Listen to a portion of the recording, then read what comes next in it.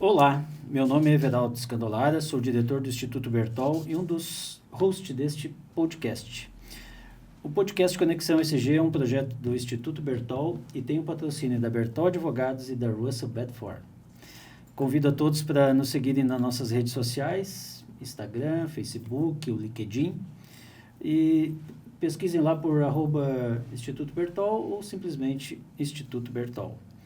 Peço que curtam e compartilhem esse episódio e divulguem o conteúdo para outras pessoas, para que esse conhecimento chegue a outros empresários, outros gestores que sofrem de uma dor que nós vamos falar hoje, né, Simone? E esta dor, quem está comigo aqui, novamente, eu digo novamente, futuramente, você considere-se convidada para muitos episódios, porque os assuntos que você domina, eles são bastante importantes aqui para levar o conhecimento do nosso público. Então, cada vez que eu te trago aqui, eu já adianto que outras vezes tu virá. Te prepara. A hora que tu disser não, meu mundo vai cair, mas enquanto tu não disser... Maravilha, sempre uma honra estar aqui. E hoje nós vamos, Simone, nós fizemos um release aí do nosso assunto, tentamos organizar aqui para levar o mais sucinto possível, né? Porque um podcast de 30 minutos, 35 minutos, a gente não consegue nos aprofundar. Mas o objetivo é fazer as provocações, né? Trazer alguns insights e ao final, já digo agora, a gente trabalha com a ideia de ser uma opção para entrar nas empresas e organizar, né, o aspecto da gestão financeira também, né? Perfeito, temos profissionais habilitados para isso e nos colocamos inteiramente à disposição. Simone, para falar sobre esse tema, te deixo livre aí para fazer um preâmbulo inicial, para a gente depois tocar em alguns pontos aqui que a gente selecionou. Sim. Bom, quando a gente fala em gestão financeira, esse nome às vezes assusta. Tem muitos empresários que acabam ficando um pouco resistentes em olhar para isso, né?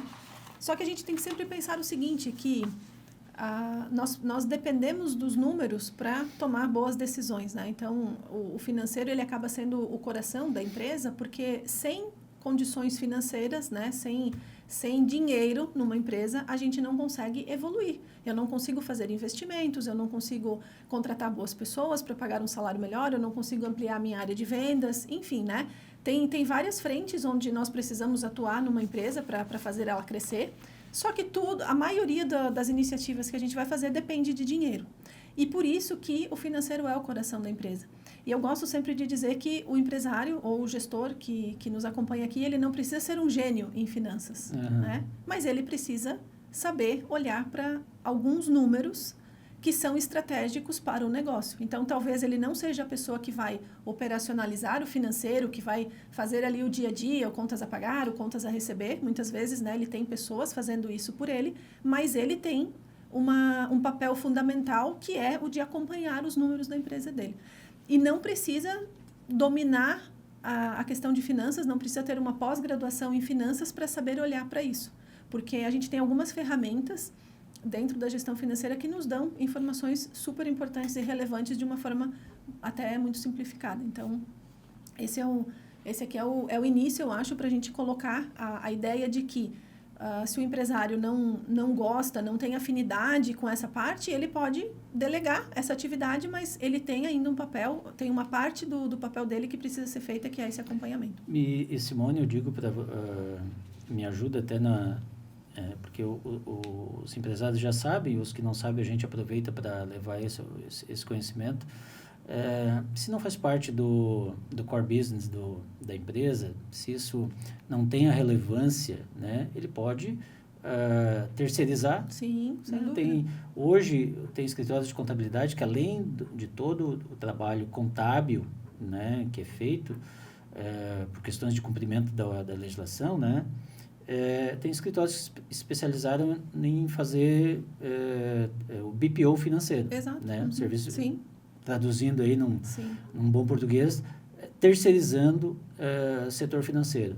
E lá, por eles terem o conhecimento, eles podem numa reunião, numa dinâmica com o empresário, escolher uma cesta de indicadores para ele avaliar o negócio. O que é importante para ele ver, para ele tomar os rumos, né? Para ele decidir os rumos da empresa dele, com base em quais indicadores. Ele não precisa ver 2 dezenas de indicadores. Daqui a pouco ele com meia dúzia, né? Exagerando, apertando muito, mas ele daqui a pouco com 8, 10 indicadores, ele consegue ter toda uma visão da empresa que vai sustentar as decisões que ele tomar. Inclusive, Everaldo, eu gosto do simples que funciona em qualquer área, eu sempre falo isso aqui, que se o empresário ele acompanhar o fluxo de caixa dele, ele já tem uma baita ferramenta para tomada de decisão. E o fluxo de caixa é um relatório que ele automaticamente ele é montado uma vez que eu estou fazendo o meu dever de casa lá, que é pagar e receber as contas e registrar. Então, automaticamente eu vou formando o meu fluxo de caixa. E o fluxo de caixa ele é uma ferramenta tão completa e tão simples ao mesmo tempo que eu consigo olhar para o passado, eu consigo administrar o presente e eu consigo enxergar, programar o meu futuro. Isso. Só com fluxo de caixa. Então, assim, dentro do universo financeiro, existem muitos indicadores, muitos conceitos, ferramentas e relatórios que às vezes a pessoa fica até zonza de tanta coisa que ele imagina que ele vai ter que acompanhar se ele olhar para isso. Então, qual que é a minha reação? Eu fujo disso porque é muito complexo, é muita coisa. Só que para pequenas e médias empresas, um fluxo de caixa é o relatório que o empresário precisa olhar. E a decisão, eu gosto muito da questão do fluxo de caixa, porque com base nas experiências, né, no que ele já viu, no realizado, eu vou falar na linguagem de contador, né, no realizado do passado, naquilo que está acontecendo e que foi projetado e está sendo realizado no presente. O empresário, o gestor financeiro, ele já olha para o futuro e ele vê os gargalos, de eventualmente um problema de caixa que ele possa ter. Ele vai ver um superávit de caixa que daqui a pouco vai servir vai ser o momento dele fazer o investimento, a troca de uma máquina, né? Daqui a pouco vai ser o momento que ele vai ver assim, chegamos no outro platô de faturamento e aqui eu vou poder investir na minha equipe, etc, etc. Então, e é uma ferramenta super simples. Sim. Com as informações mais básicas da empresa, minha projeção de vendas, com a minha projeção de pagamentos. Depois eu vou fazendo a coluna, do lado eu abro uma coluna para ser o realizado, e a partir do momento que eu tiver um histórico, vai ficando cada vez mais fácil fazer as projeções de fluxo de caixa. Eu acho que isso é o beabá, né, para o início de uma boa gestão financeira. Exato. Eu ainda dentro desse tópico, tem um tabu, né? Acho que eu queria que não tivesse mais, mas eu acho que ainda tem, né?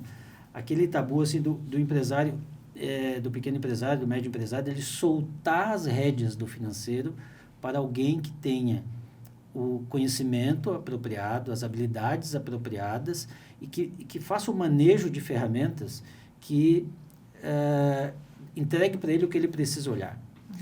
Eu diria assim que é muito complexo isso, porque isso vai muito não é complexo, estou exagerando. Ele pode ser um pouco complicado, a gente tem que avaliar os estágios que a empresa está, né? Quanto que ela está faturando, se vale a pena fazer aquela decisão e eu terceirizo para um BPO, ou eu trago uma pessoa para fazer internamente, enfim. Mas o empresário ele ficar amarrado, né? Porque a empresa precisa dele, a empresa precisa do olhar para o futuro que só o empresário tem, né? A priori. Sim. E ele ficar ali cuidando se o boleto vence amanhã e se a senha do banco, eu estou com a senha para fazer o pagamento do banco, será que o cartão está funcionando, se eu tenho que mandar na boca do caixa, isso em algum momento não é da vida do empresário. Sim. Né? Então, eu acho que essa quebra desse tabu, não sei o que tu achas disso, nas empresas que tu já circulou, que tu vai prestando consultoria, tu ainda vê isso, um pouco dessa resistência de soltar as rédeas do financeiro. Eu não digo entregar, a gente não está falando aqui, mas a parte operacional do financeiro ainda é um tabu ou já a gente vê assim, uma certa quebra dessa resistência dos empresários, desse tabu? Assim, uma empresa que está bem no começo, que é uma empresa ainda muito pequena, é bem comum a gente encontrar o empresário ainda fazendo essas atividades, né? Além de fazer tudo o que ele já faz, todas as preocupações que ele tem, ele ainda tem que cuidar do financeiro. Então, é uma área que muitas pessoas têm mais resistência em delegar, de fato, né? Mas chega um determinado momento ali da empresa que, de fato, pelo volume de movimentação que ela tem, o empresário realmente não consegue mais cuidar disso, né? E hoje, com a ajuda da tecnologia, a gente já tem a possibilidade de fazer isso de uma forma faseada, digamos assim, né? Que é você ir liberando em fases, porque, por exemplo, você pode ficar com o controle e acesso ao banco, por exemplo, e delegar das só a parte autorizações. Exato, e só delegar a parte de lançamento daquelas informações numa planilha que vai montar o fluxo de caixa, ou num sistema, num software que vai montar, né? Então, eu posso ir aos poucos fazendo isso, e eu posso hoje, inclusive, ter um usuário lá do banco onde a pessoa vai fazer apenas a inserção do pagamento lá e o gestor faz a aprovação. Então, ele tem controle total ali da operação, né? O que a gente vê muito na prática é que o setor financeiro, normalmente, o empresário ele se sente mais confortável quando ele coloca uma pessoa de confiança. Então, ele tem lá uma pessoa que começou com ele, né? E ele vai criando um vínculo ali de confiança com essa pessoa, e aí o financeiro, a pessoa recebe de presente a gestão financeira da empresa. E isso é muito bom por um aspecto. Nem que não queira, mas vai ser. Às vezes não quer. Nem tem nem perfil para aquilo. Né? Mas isso é muito bom porque traz uma certa tranquilidade para o empresário. Só que o que eu vejo muito acontecer é que essa pessoa não é necessariamente uma pessoa capacitada, com conhecimento para fazer a gestão financeira de uma empresa. E aí o que acontece? A pessoa fica ali trabalhando, fazendo ali só o feijão com arroz do setor financeiro e não evolui aquele processo. A empresa vai crescendo, ela vai tendo outras demandas e ela vai precisando, de fato, de ter números, de ter relatórios e tal, e a pessoa não consegue acompanhar. Então, numa situação como essa, é muito bom se você tem uma pessoa de confiança, mas você precisa fazer com que essa pessoa se desenvolva. Você precisa também ser o impulsionador desse desenvolvimento. Então, leve a pessoa por esse caminho de se capacitar. Daí você conciliou as duas coisas, que é o melhor dos mundos. Uma pessoa de confiança e uma pessoa que saiba, de fato, fazer. Então, esse é um cenário que normalmente a gente encontra nas pequenas empresas. Eu já ia mudar de tópico aqui, mas me ocorreu... eu acho que faz muito sentido as coisas que a gente consegue trazer a coisa mais para o dia a dia, mais no exemplo. Você já deve ter visto que tem empresas, né, que faturam muito, que vendem muito, mas vivem no vermelho. Né? E há empresas que nem faturam tanto, né, e elas são extremamente... têm um controle financeiro muito rígido e nunca tem aperto financeiro. Isso é muito... acontece com muita frequência. Eu gosto de te provocar porque eu sei que tu transita em várias empresas e já transitou, mas isso ainda é muito comum, vamos dizer, um problema contínuo. Vamos sempre ver o mais perdulário, né, como na pessoa física, né? Às vezes tem o mais gastador, ganha muito, mas nunca tem dinheiro, e tem aquele que ganha menos e está sempre ele que está emprestando dinheiro para aquele que ganha muito. Sim. Né? Quando a gente fala nesse contexto, vamos separar aqui algumas questões, né? Primeiro é a questão de faturamento. Normalmente a empresa está perseguindo o faturamento, então ela quer aumentar as vendas e aumentar o faturamento dela. Vender. Não significa necessariamente que ela vendendo mais, ela vai ter mais lucro. Porque, assim, o que a gente tem que perseguir para que o negócio seja sustentável é o lucro, não necessariamente o faturamento. A gente tem empresas que elas aumentam muito pouco o faturamento, mas elas se tornaram muito efetivas no controle de custos e na precificação, de forma que elas conseguem aumentar a margem sem necessariamente vender mais. O contrário também é algo bem perigoso. Se eu não tenho uma boa lucratividade, ou às vezes eu tenho um lucro ali que ele empata, né? Ele fica no 0 a 0, ou até margens negativas, quanto mais eu vendo nesse cenário, pior vai ficando o meu resultado. Então, nesse aspecto, o que a gente tem que sempre buscar? Buscar o lucro. Eu tenho que ter o meu controle, eu tenho que conseguir enxergar dentro do meu negócio quanto que é a minha margem de lucro. Aí sim eu começo a olhar e quais as ações que eu tenho que fazer para melhorar a margem de lucro. E daí, se eu tenho uma margem que ela é conhecida e que ela é uma margem dentro dos padrões que eu busco, daí sim eu posso fazer um esforço a mais de vendas, porque eu vou aumentando o lucro também, né, de uma forma sustentável. O que a gente vê na prática é que muitas empresas, elas têm um giro de dinheiro, né? Então, entra e sai dinheiro. O empresário tem a ideia de que ele tem um pseudo-lucro que, na verdade, ele não existe. Não existe. Ele acha que ele tem um percentual de lucro e, na verdade, não é. Quando a gente para fazer contas, a gente mostra para ele que o lucro dele está bem diferente do que ele imaginava. E o que acontece? Para a gente ajustar isso, tem várias frentes que a gente precisa atuar. Então, eu tenho que olhar a minha questão de custos, eu tenho que olhar várias questões ali para otimizar tudo que eu puder otimizar. E um dos grandes vilões dentro desse contexto é a precificação errada. Então, se eu presto serviço, ou se eu fabrico ou revendo um determinado produto, eu tenho que saber precificar bem, porque normalmente o gargalo está ali na precificação. Se eu faço a minha precificação errada, automaticamente eu vou comprometer meu lucro. Então, se eu tenho um produto que, dentro de uma empresa onde você tem um mix de vários produtos, às vezes eu tenho um produto que tem uma margem X, eu tenho um produto que tem uma margem menor, a outra às vezes está negativa, a outra está empatando, ali eu não tenho uma linearidade, nem sempre eu tenho essa linearidade Sim. na precificação e no resultado dos produtos, né? Então, eu preciso estar com isso muito bem ajustado e sempre olhando para isso para que eu não tenha um problema lá no meu caixa, né? Porque essa questão de a gente só fica, as pessoas querendo muita venda, né? Mas se eu não fiz essas outras etapas aqui bem feitas, eu vou comprometer totalmente o meu resultado. Precificar, controle de custos, despesas, né? Isso tudo faz parte da jornada da gestão financeira. Sim, né? sim, se com tu certeza. começar queimando a largada sem esses cuidados, a chegada não vai ser legal. Sim. Aliás, tu não chega. Né? Ou não chega, ou chega com muito sofrimento. Ou chega depois de todo mundo. Sim. Né? Então, eu queria, para não deixar batido, te trouxe esse apontamento. A gente, são muitos temas, a gente não esgota tudo num bate-papo como a gente se propõe Sim. aqui, mas a gente dá luz, né, para esses tópicos, para em outros momentos a gente poder aprofundar. Simone, o resultado financeiro não é sobre números, né? Uhum. O resultado financeiro, número é uma espécie assim de consequência. Ele é o resultado de comportamento. Uhum. O que me fale mais sobre isso, porque isso foi um insight que tu trouxe aqui para mim e eu queria trazer para os nossos ouvintes.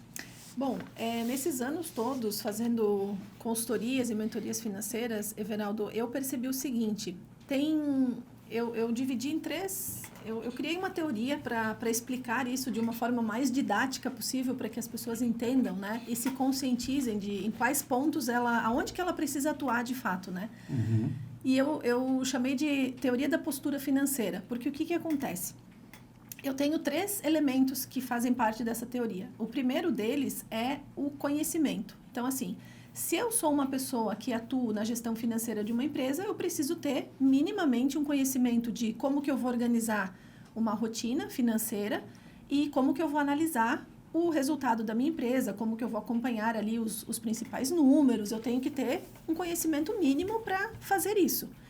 O segundo aspecto é eu ter organização. Um setor financeiro que não é organizado, ele não vai gerar os números para que eu tenha uma tomada de decisão mais assertiva, né? E a gente encontra muito departamento financeiro sem organização, sem uma rotina, as coisas são feitas de forma aleatória, faz quando dá. O setor financeiro, em muitas empresas, ele é deixado de lado mesmo. Então, às vezes, assim, a pessoa faz uma vez por semana, deixa acumular lá no final do mês só porque o contador cobrou, que tem que mandar os documentos lá para a contabilidade. Então, assim, a organização é fundamental. Porque quando eu tenho organização, eu tenho rotina. Quando eu tenho rotina, eu tenho resultado.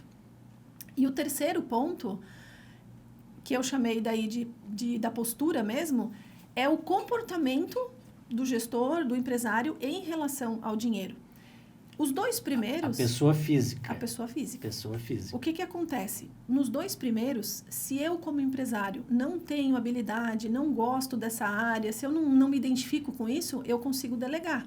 Como você disse antes, eu consigo contratar uma empresa que vai fazer o meu BPO lá e eu vou terceirizar. Eu posso trazer uma pessoa com expertise nessa área e ele vai tocar lá o financeiro para mim e tá tudo certo. Essas 2 a gente resolve de forma fácil. Com uma consultoria, como a que nós fazemos, né, aqui do Instituto, a gente consegue resolver. O terceiro ponto aqui, que é a postura, que é o comportamento do empresário, essa é a mais difícil de resolver. Porque o que acontece?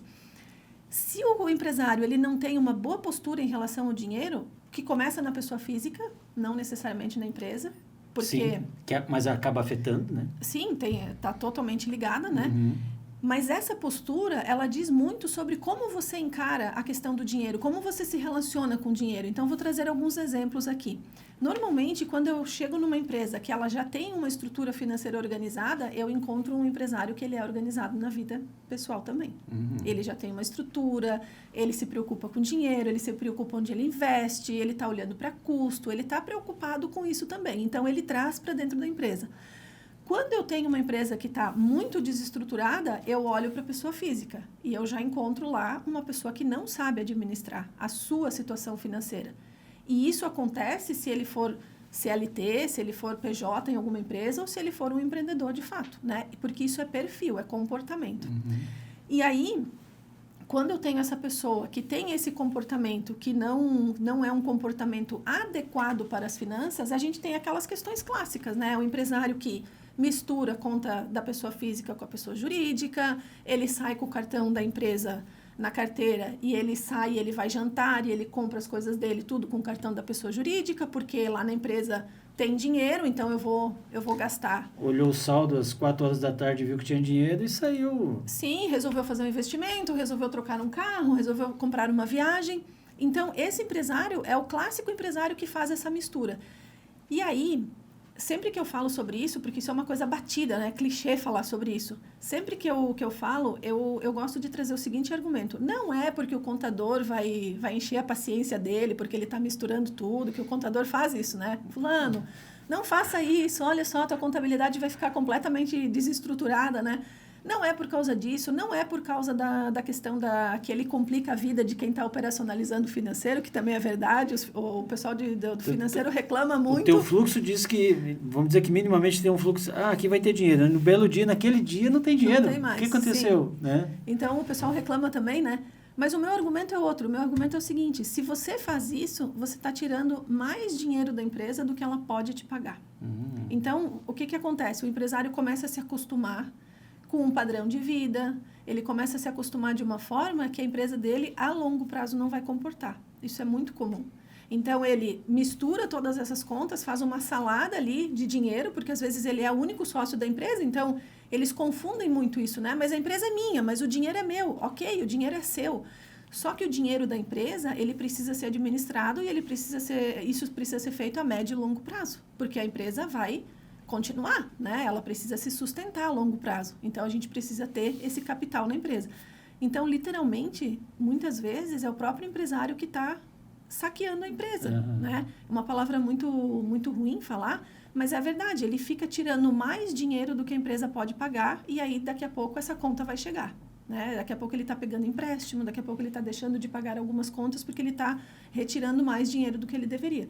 Por isso que a gente sempre bate na tecla de que o empresário precisa ter o prolabore dele. Aquele prolabore entra no custo da empresa dele. Ele vai retirar lá, é 10 mil por mês, então você vai retirar 10 mil por mês. Se a sua empresa apurar lucros, tiver lucros, em algum momento você faz uma distribuição, pega uma parte daquilo e traz para a pessoa física, tá tudo bem. Só que o que não pode é usar o dinheiro que está circulando ali no caixa como se fosse dele. Um mês um exemplo muito fictício, né?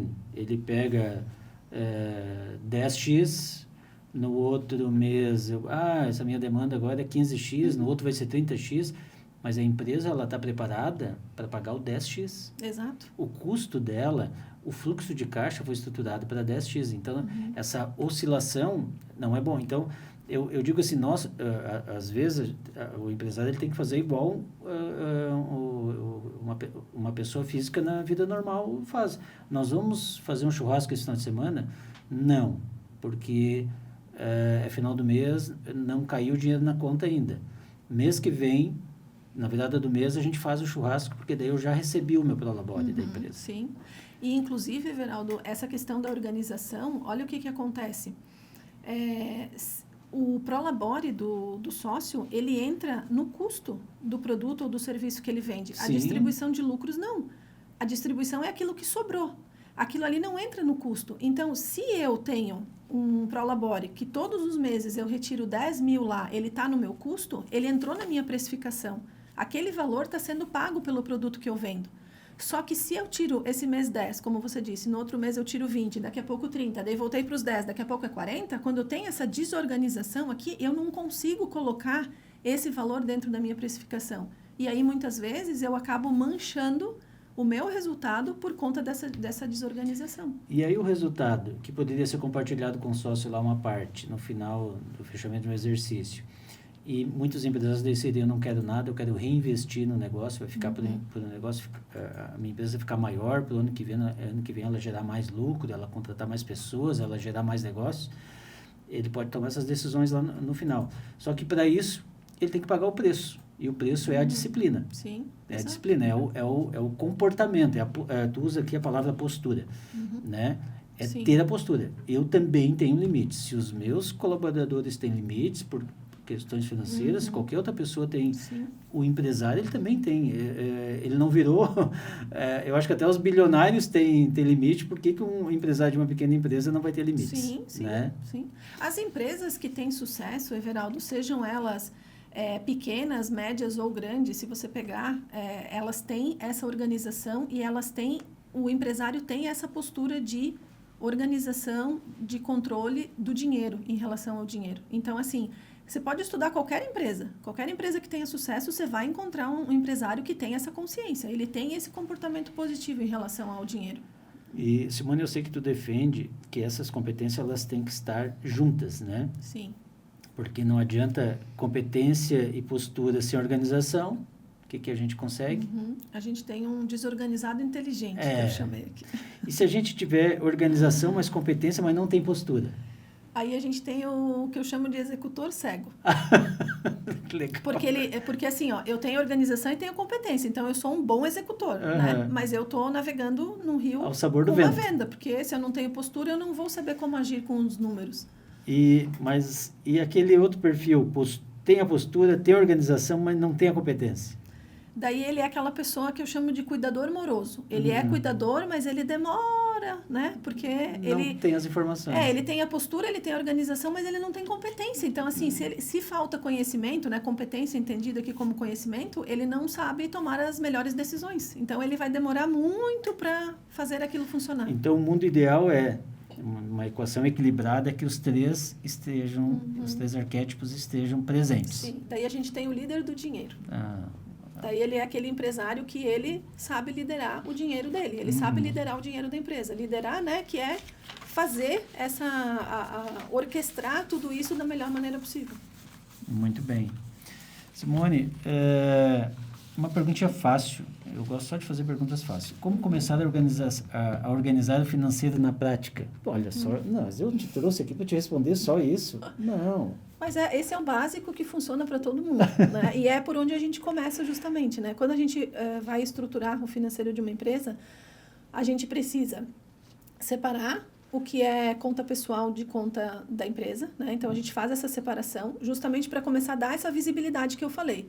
Quanto que você deve receber aqui pelo trabalho que você faz, quanto que você pode receber, e vamos colocar isso dentro do custo da tua empresa, né? Então, e estabelecer que aquele é o limite. Aquele é o limite, sim. E à medida que a empresa for crescendo, que o lucro for aumentando, daí você vai separando uma parcela maior e você vai usufruindo daquilo, né? Mas você precisa aprender a organizar a tua vida na pessoa física dentro daqueles limites que a empresa pode pagar, né? Então, esse é o primeiro ponto.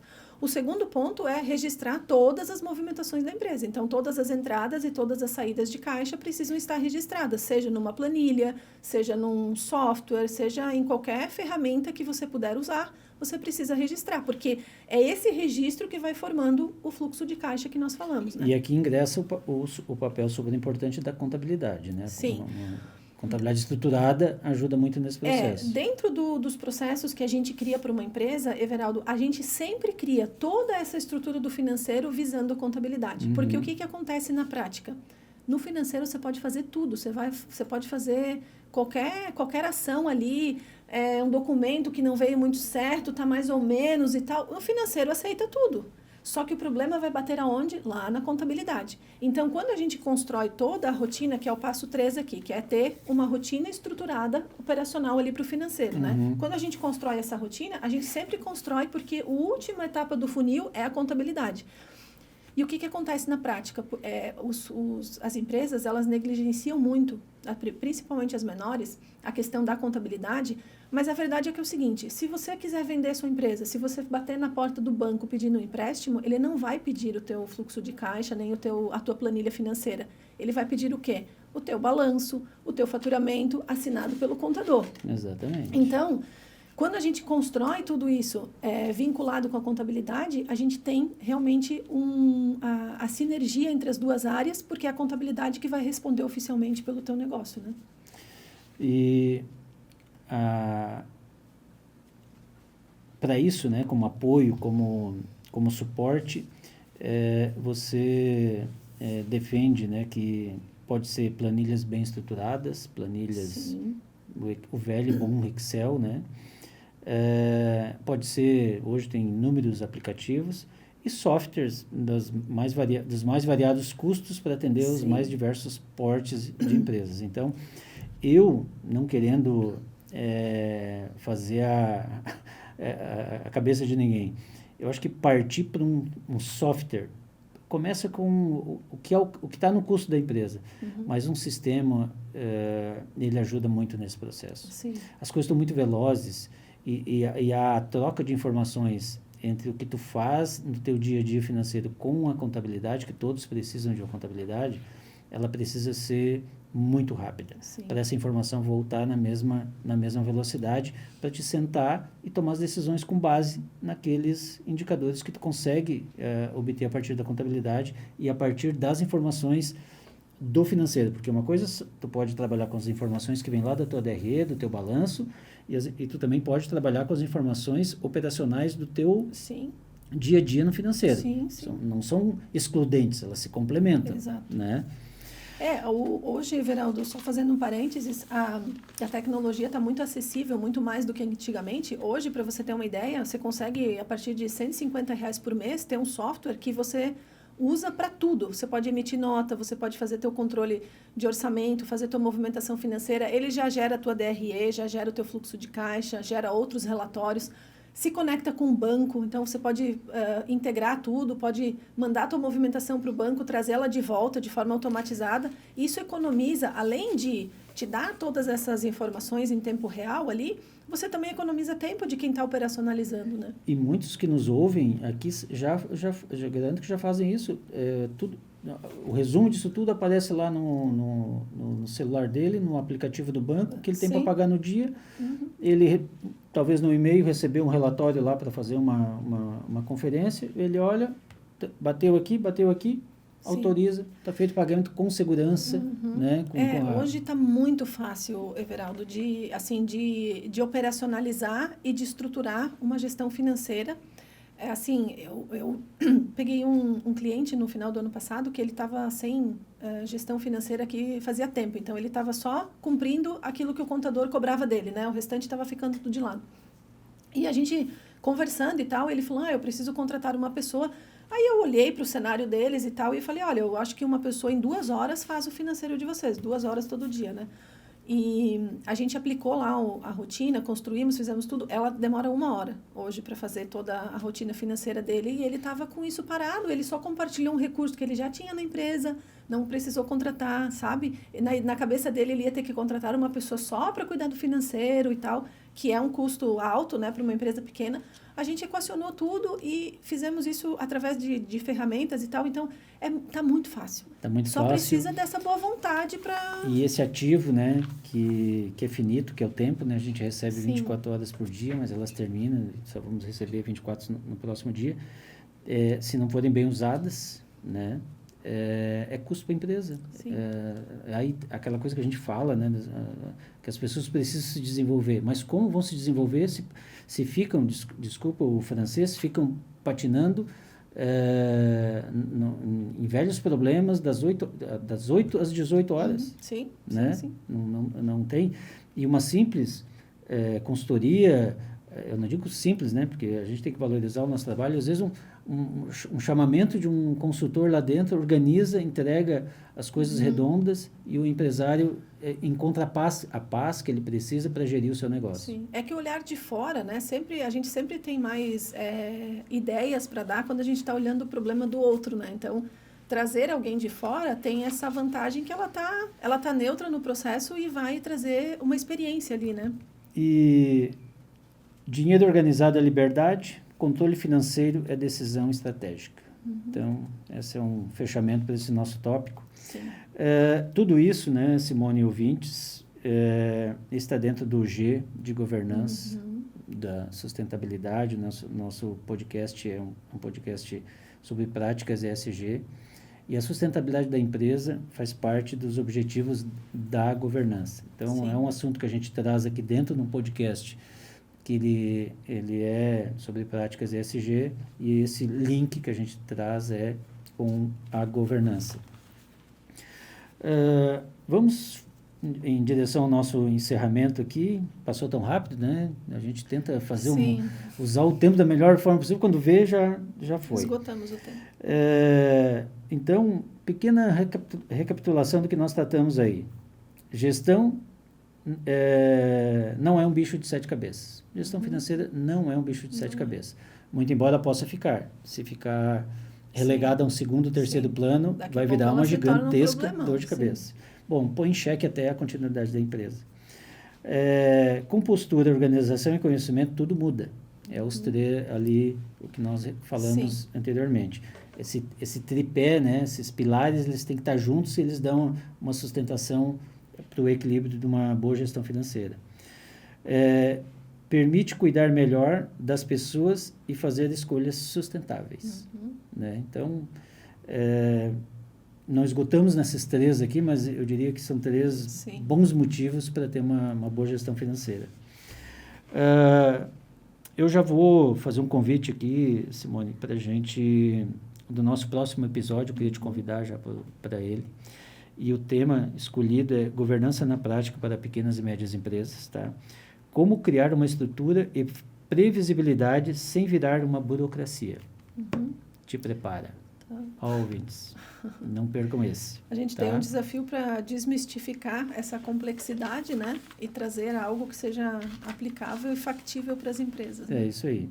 Então, Simone, pessoal, chegamos ao fim desse nosso podcast.